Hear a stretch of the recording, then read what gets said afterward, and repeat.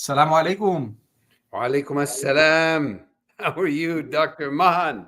Wa rahmatullahi wa barakatuhu. Which Hayakallah. means, for those who may not know, that peace be upon you and the blessings of God and the mercy of God and his blessings to complete the greeting. So we'll give a minute for friends to arrive, or has the throng already arrived? You know, they come and go. The time has changed. So, Yeah. and then some people have been tuning in asynchronously. So, Yes. but we can give a minute since this is our time. Okay. There's just way too much to do, and so we have to figure out without rushing, just to be selective. Absolutely, and again, it's never the quantity. It's always going to be the quality. And the one thing that I did want to remark upon is how much I enjoy your enjoyment of the Qur'an. This is really delightful for me to behold, because I can see how sometimes even how you relish the rhyming schemes of the Arabic, and how sometimes it's just delight and real enjoyment that I find when we're walking through the Quran together. I see that in you, and I think that's a very special quality. MashaAllah. Well, I wish I had more, but there are occasions when it lights up. So, alhamdulillah. And this is the beauty of Ramadan is. I'm not very good at being consistent and stable throughout the year, like many people. I'm more into it, but just because of my field and being tied to the community, that's important. And the Jum'ahs always keep me going, not as it should be. So Ramadan is really special for that reason, and it's one of the reasons why we agreed to do that. At least I agreed to do this. Is it binds you in a way and commits you to what you would want to do anyways. So, Alhamdulillah. Yeah. So, the mission and vision of the American Islamic College, to me, pretty much now synonymous with the work. I believe in the transformative power of education, and not just education that is informative, but in education that is transformative, education that really changes how we live. But I think that the Muslims of America need a place that they can come as a Muslim space. This is their space. It belongs to them.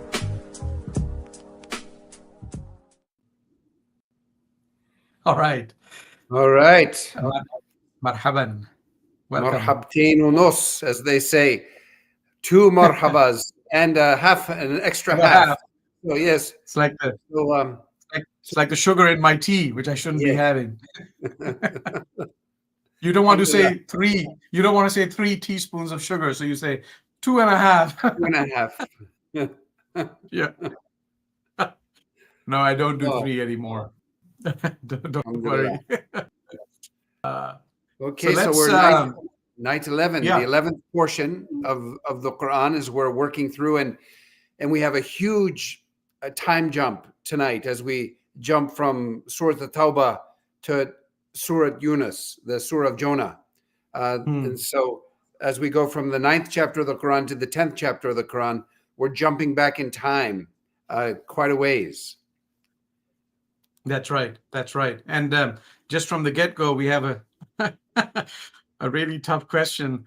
Says, is Islam okay with stoning and punishments like the hudud that seem to be what they would characterize as cruel and unusual? It feels contrary to this notion of a creator of mercy. So all I'll say is maybe stay tuned, because those verses specifically come in Surah Nur. So it's coming up. It's a beautiful surah which has the famous light verse, and there's been a lot of commentary on Ayatul Nur, but we'll discuss it maybe in a few nights, inshallah. But it's we're going to be challenged by And even the greatest of the Quran interpreters throughout Islamic history always ended their interpretation with the pious phrase "Wallahu a'lam," and God knows best. And so we won't be able to come to any kind of authoritative reading for all times and all places, of course. But the goal of these nights is just to really engage the text. As I mentioned before we had the video, for me to see you, Mahan, delight in the text sometimes, and sometimes we struggle with the text. It's not always easy, and that's even true sometimes from the language of the Quran. Sometimes it's linguistically tough, but other times it's thematically tough. And so the one of the things I noticed in Surah At-Tawbah is that the most aggressive, and we talked about this last night, how the most aggressive verses are always followed by a verse about peace and forgiveness. But if they stop fighting, you stop fighting. Or if they incline toward peace, then you should incline toward peace. So even in the most the most grim situations and in the most serious situations, there's always a kind of respite, and there's always there's a way out. There's a way out of the harshness and the difficulty, and I would hope that we'll find a similar way out, a makhraj, when it comes to some of these very ancient forms of punishment that we do see echoed in some passages in the Quran. Yeah, and so we have, I think we should probably move, at least spend half of our time or more on Surah Yunus, so that we can move to the next section, and otherwise Surah Tawbah will just consume us. But there are a few things that we're just going to mention and pass over, maybe not discuss. Okay. Sure. If that's okay. One thing, the context for the first part of the surah is the conquest of Mecca. So the Prophet and his companions who had emigrated because of persecution are now returning and taking the city. And then the second part of the surah is an expansion beyond the sacred precincts, the holy cities, into Arabia, and perhaps even beyond, like in Hunain. And shortly after the Prophet dies, this is towards the end of his life, there'll be the conquests of Islam in the greater Near East. And the rationale for that, as is informed in the tradition, is a kind of wars of liberation, which we right now criticize, other countries for engaging in, because they have we feel that may have imperial designs rather than the welfare of humanity. But at least that's the rhetoric. And in the tradition, we have the same rhetoric, but we believe that at least the earlier, the companions who were engaged in that were genuinely believed in that. It wasn't just lip service for worldly aggrandizement.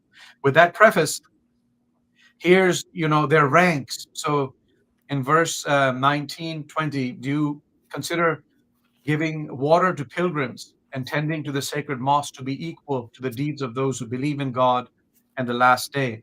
There's a group that didn't really join in this struggle with the Prophet, has stayed behind, and they're being told that they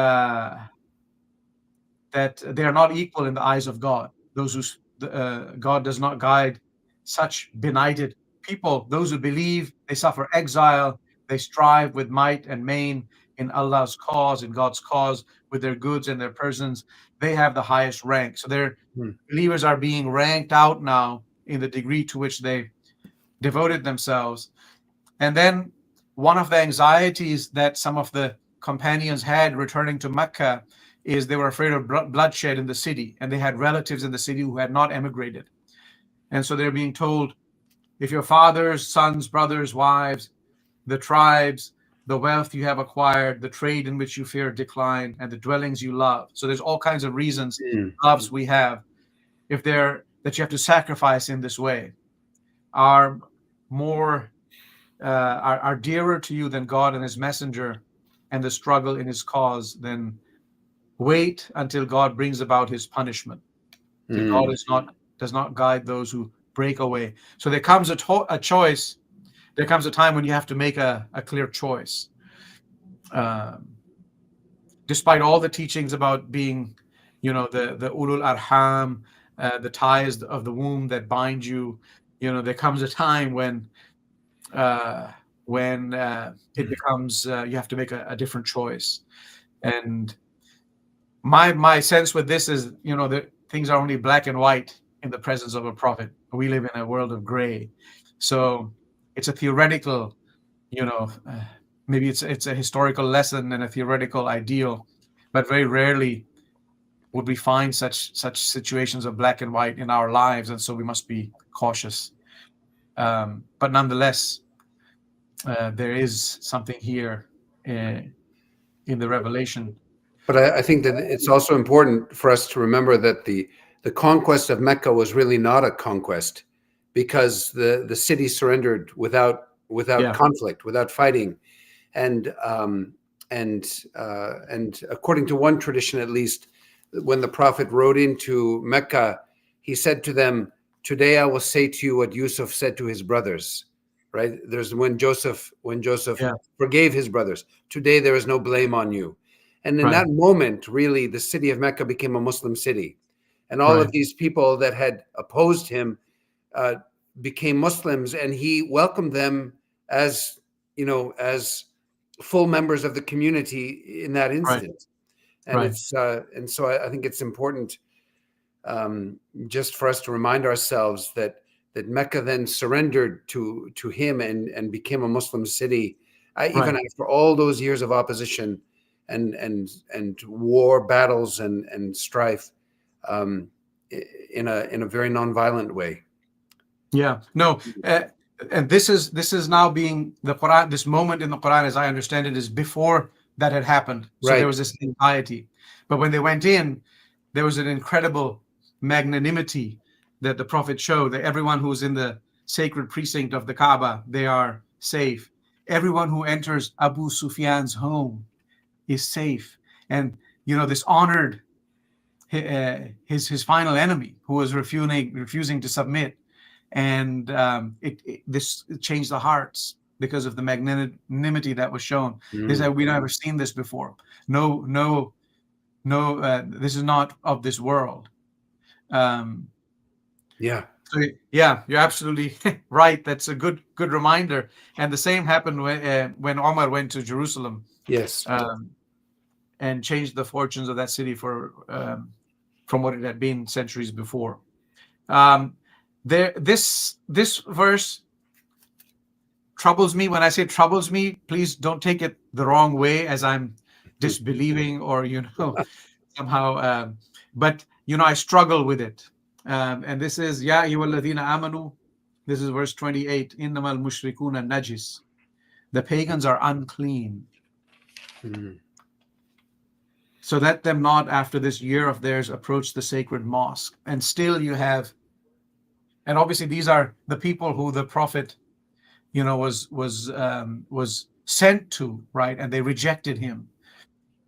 But what the tendency today is to look at anybody who's a pagan or an animist or an idolater, right?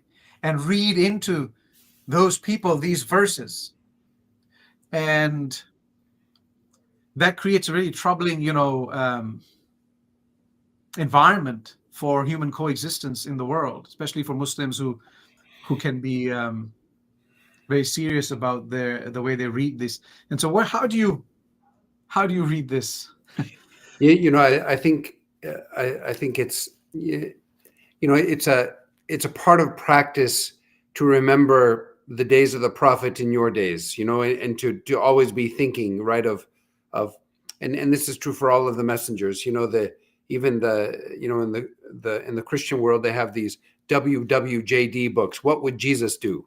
So you're kind of you're living in the footsteps of the messenger of God, and the messenger of God is also kind of informing your footsteps in a very different world. But I think that it's really very, very difficult for us to take words like the Quranic kuffar, the rejectors, the people who are actively, trying to eradicate the monotheistic movement, and also the mushrikun, the idolaters, and to